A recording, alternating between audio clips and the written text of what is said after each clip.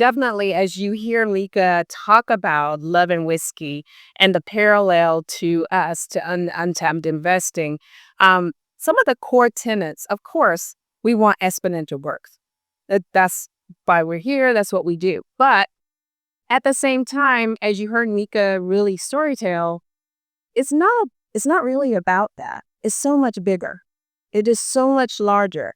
And I found that parallel in London whiskey, where you really think about the consumers in which you're serving, you think about your employees, and ultimately you think about the culture that you want to cultivate within your companies.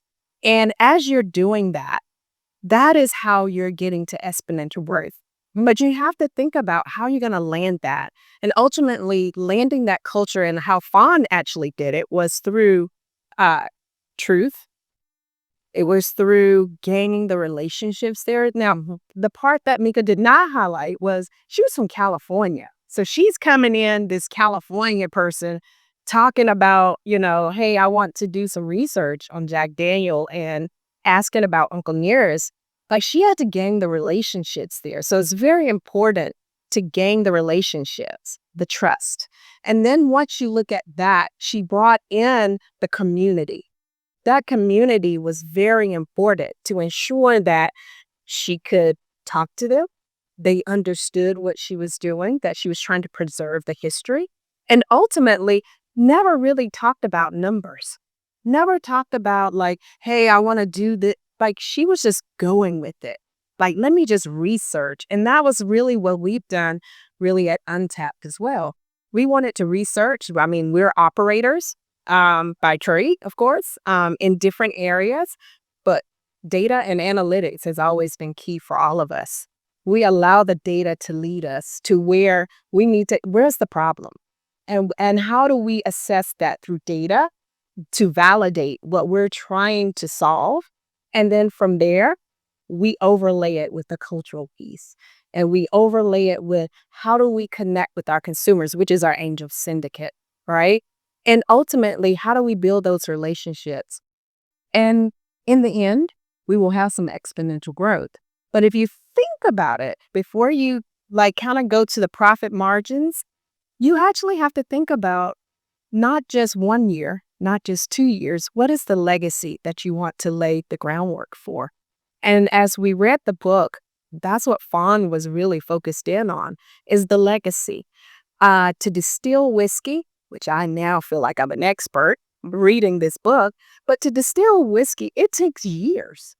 And so even Fawn highlighted much of the groundwork that she was laying for distilling the whiskey, some she won't be here for. But she recognized that was generational. She wanted to lay the groundwork for generational wealth and ultimately generational legacy for that community, for ultimately the descendants of Nearest Green.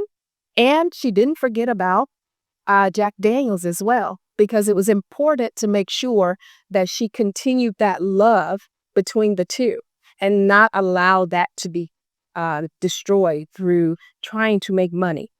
Making money was not a thing for her. Just to give you an example, she was offered $2 billion for the company. Wow. And she looked at them and said, no, because it was so much bigger than the money. For her, it was about legacy. And ultimately, she was like, why are they offering me $2 billion? Like, what is that about? She knew that her company, it's probably valued there, but she not even looked at that. And then she came back and saw, oh, that's why you offered me $2 billion. But I'm not selling this company because it's so much bigger. And so when you think about exponential growth, it is very important to not just go into it by the numbers. And for us, it hasn't been about just making money. It's about building the community. It is about our angel syndicate. It is also about our founders, the underrepresented that Mika just highlighted the analytics for. They don't get the money. And so we are bridging that gap. We're creating generational wealth, and we look forward to doing even more. Fantastic. What a sound way of looking at investing.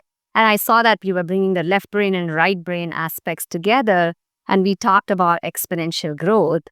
We also know that principles and values are very critical for untapped investing. Attica, what principles or values are worth investing in to ensure that wealth becomes sustainable and grows exponentially for future generations? Yes, it's interesting. When we first started Untapped, before it was even called Untapped, we sat in a room and we actually talked about our why.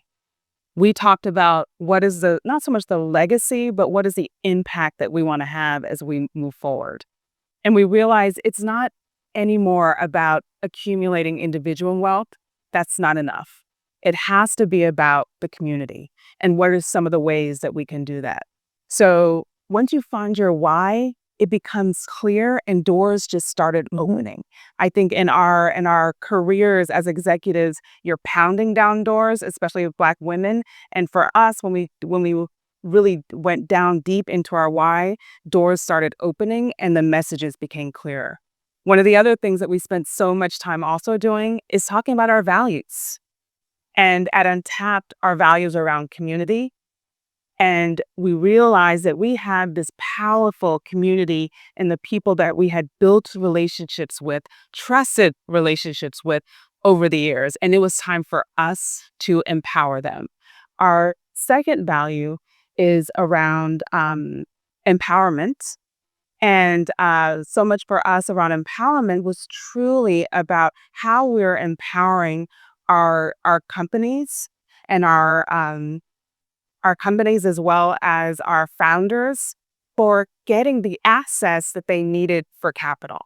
So many of them have these incredible ideas. They're innovative. They have run other companies before. And the thing that was staying in the way was access to capital. So for us, values is truly core to what we do. And it's about driving a bigger impact than just your own legacy. It's about the legacy of the community and those connections.